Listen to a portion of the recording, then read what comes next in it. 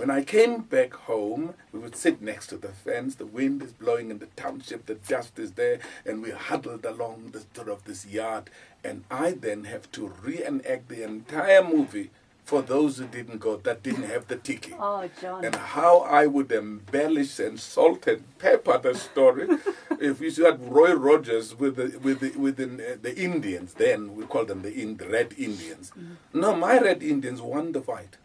I changed the story. Did you? I changed the story. They wiped out the Cowboys. They wiped out the Cowboys. And the person said, no, man, you can't beat Roy Rogers. You can't. I said, well, in one we saw, my Indians won. And that was the beginning of my identifying and affinity in the sense of feeling for the underdog. I see. Because I could not understand 10,000 Red Indians, some with guns, can do with 4 ox wagons carted around with 15 cowboys. And they lose. I couldn't take that. No, you're right. I couldn't believe that. There was the consciousness. There was a beginning of a consciousness of the inequalities and the untruths that this particular medium could also be used for. So I had a sense of wanting to correct. But then when I found out that my sort of calling was on the boards, on the stage, that was driving me, was these truths need to be told. There are stories that need to be told. And the sense of my grandmother sit around and tell a story became the formula I would use for anything I do in the arts. It's let's sit around, the fire is fine, once upon a time. And if a play or a movie or anything doesn't do that for me, it doesn't work. It has to say, once upon a time. And then we all lean forward. And audiences are incredible. They're all suckers for a good story, really. They come to the theater wanting to be told a story, wanting to have a good time. For them not to like a play, you've really failed yourself, and you've also failed them, because they come wanting to be part of the journey. So you had this from a young age. Did you realize it at the young age? I mean, I can see, as an adult, you can go back and you can process and see where it started and how it started. But at the time, when you were coming back and you were changing that movie, were you aware of what you were doing? No, not at all. Just having fun. You were just going. Just having fun. I mean, it was a brilliant time. We grew up in New Brighton. A different world, John. The Eastern Cape, Port Elizabeth, which was, looking back, the hot plate of the political activity. We used to be what we call the whistleblowers. There would be meetings held by the elders, and we would be standing in corners to watch the coming of the police. There was this wonderful Ford van, blue Ford. I still remember the number plate. What was it? CB 1320. Sure. Wow. That was the security police van. And we would whistle one corner to one corner, and the people will disappear, or it will change immediately the meeting to a funeral or a church sermon. Were you terrified doing it? It was fun. Was it fun? Was it an adventure for you? It was you? an adventure. I mean, it was dangerous. We'd throw stones at a passing police van, and they would chase us. And those that were caught would give a good whacking with a bait and strap in your bottom. And that was part of the fun. And our parents were freaking out, because they knew it was dangerous. We thought it was fun. So you grew up in that kind of environment. You become politically aware very quickly. And Port Elizabeth and New Brighton is almost like 5 kilometers apart. When I stood in my father's house and looked little west, I could see the bright lights of white Port Elizabeth. And yet we were lighting candles and paraffin. So you ask questions.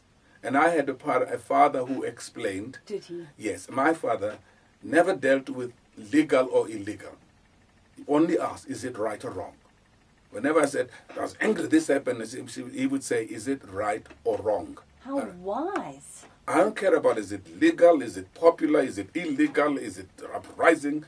No, is it right or wrong? I like that. Can I use that with my kids, please? And then you have to work it out yourself. Okay. It's not very right. It's not very right, So that's where I grew up. At that time, really, my only passion was I wanted to be a lawyer. Did you? Yes, because there was a program in the Springbok radio. It was 8:30 in the evening. It was called Consider Your Verdict. I remember. It My was- mother used to listen to Yes. Consider Your Verdict. It was these old Bailey cases in England where the barristers would, "My lord, that versus the crown." I just sit there, glued to it.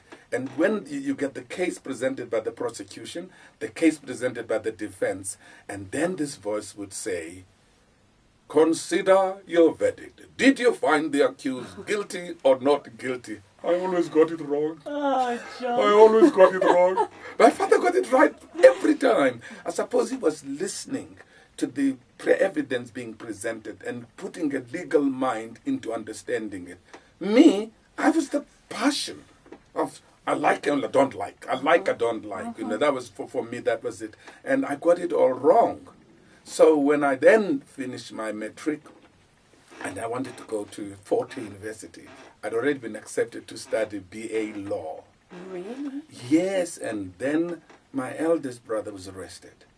He was at Rhodes University studying there. It's something to do with zoology. Because my father said, no, he's at university. You know, the African family, the first son or daughter that gets a job and becomes part of the family income to educate the upcoming siblings. I see. So when he then was arrested and not having completed his BSc degree on BSc honors, my father invested his lifetime non-existing funds in defense. And finally, when he was sent to Robben Island for 5 years, and my father sat me down and he said, "I'm so sorry. I can't afford to send you to university." Oh, John. I looked at him and I thought, I'd known. I can read the situation at home. I knew it would be impossible. It would mean that the rest of my brothers and sisters won't go to school because everything would go for me. Then I said, all right, what I will do, I'm going to find a job and I'm going to put money aside, and within no time, I'm going back to university. And I found a job at Ford Motor Company. It was a new engine plant. Normally South African would receive the engine already assembled from Dagenham or Detroit and would just put it in the car. This time we were going to do the assembly of the engine itself. So it was a new plant. Right. So I went to find this, I looked for the job, and this personnel officer said to me, "You have got a matric certificate," and I'm very articulate. "I think I want to use you within the personnel department, but unfortunately at the moment there is no vacancy. Would you mind remaining within the company but working at maintenance?" Well, I said, fine. What is maintenance from it? I've just come out of a high school and I've just got a matric, you know. I'll do maintenance. I'll do maintenance. What is Yes. maintenance? You know, okay. Pay me the money. So we walked down with this old man. I still remember this old man, Tatu Mbinga. And then it meant we were cleaning the floors, the toilets. With Maintenance. Yes. Just maintenance. Oh, you I know, see. cleaning and cleaning and cleaning. And then there were toilets for blacks and toilets for whites. He, being senior, was cleaning the toilets for whites, which is smaller, which is about 2 or 3 cubicles. And I, as junior, joined the team that were cleaning the toilets and the bathrooms and around for the blacks, which was like a whole warehouse line of little cubicles. It was about 20 meters from where I was standing. This is the longest distance I've ever walked to make a decision, whether to say no thank you or to think about what this job would mean to the family, not just me. And what was your decision? I went into the toilet Did you, John? and I worked for 3 months. And one day there was a clash between the general foreman, who we feared very much. His name was Mr. Bass Bradley. He wanted them both. Mr. and Bass Bradley. Mr. and Boss. Yeah, so it was Mr. Bass Bradley. Says a lot about Mr. Boss. So there was an altercation. He was trying to be shouting at a guy I knew who was a forklift driver. But the guy didn't understand Afrikaans. So the guy was looking at him and he was going on in Afrikaans. And I just said, "Kan ek dalk asseblief, wat is die probleem?" He said, "Ouma here, jy kan Afrikaans praat." I said, "Ja." He said, "Waar werk jy? Where are you working?" I said, at maintenance, he says, you're coming on the assembly line now. That's how I was taken out of maintenance into the assembly line, and I rose there after 6 years, and that's where the story of Sizwe Banzi is dead comes from. That experience on the assembly line, for which I won a Tony Award on Broadway for Best Actor. Indeed, you did. So, John, you worked there, you saved the money, and all the while, is that when you were performing? Were you acting on, the weekends? Weekends, it's township groups, man. We have a little bit of... Joburg would bring in a production into the small Port Elizabeth DC White Hall or St. Stephen's Church Hall or the Roman Catholic Hall, or sometimes there'll be performances by people like Percy Sif, Yvonne Bryceland, and we'd go to some hall behind the Jewish synagogue. There's a little hall there. The Leo Beck Hall is a Jewish sort of in Port Elizabeth, and we'd watch that performance just for fun. I had that wonderful sort of a liking for the live performance. And then one day I heard about this group. They were called the Serpent Players, and they're doing a play called Antigone. And a friend of mine says, come with us, because look, see what I'm doing. So I walked in, and as I was walking into this hall, dilapidated in the colored sort of area, there was a white man with a brown jersey with the elbows out, standing next to an old Zephyr, those 1956 things, so dirty and unwashed, and he was smoking a pipe. I thought he was the caretaker. Who was he?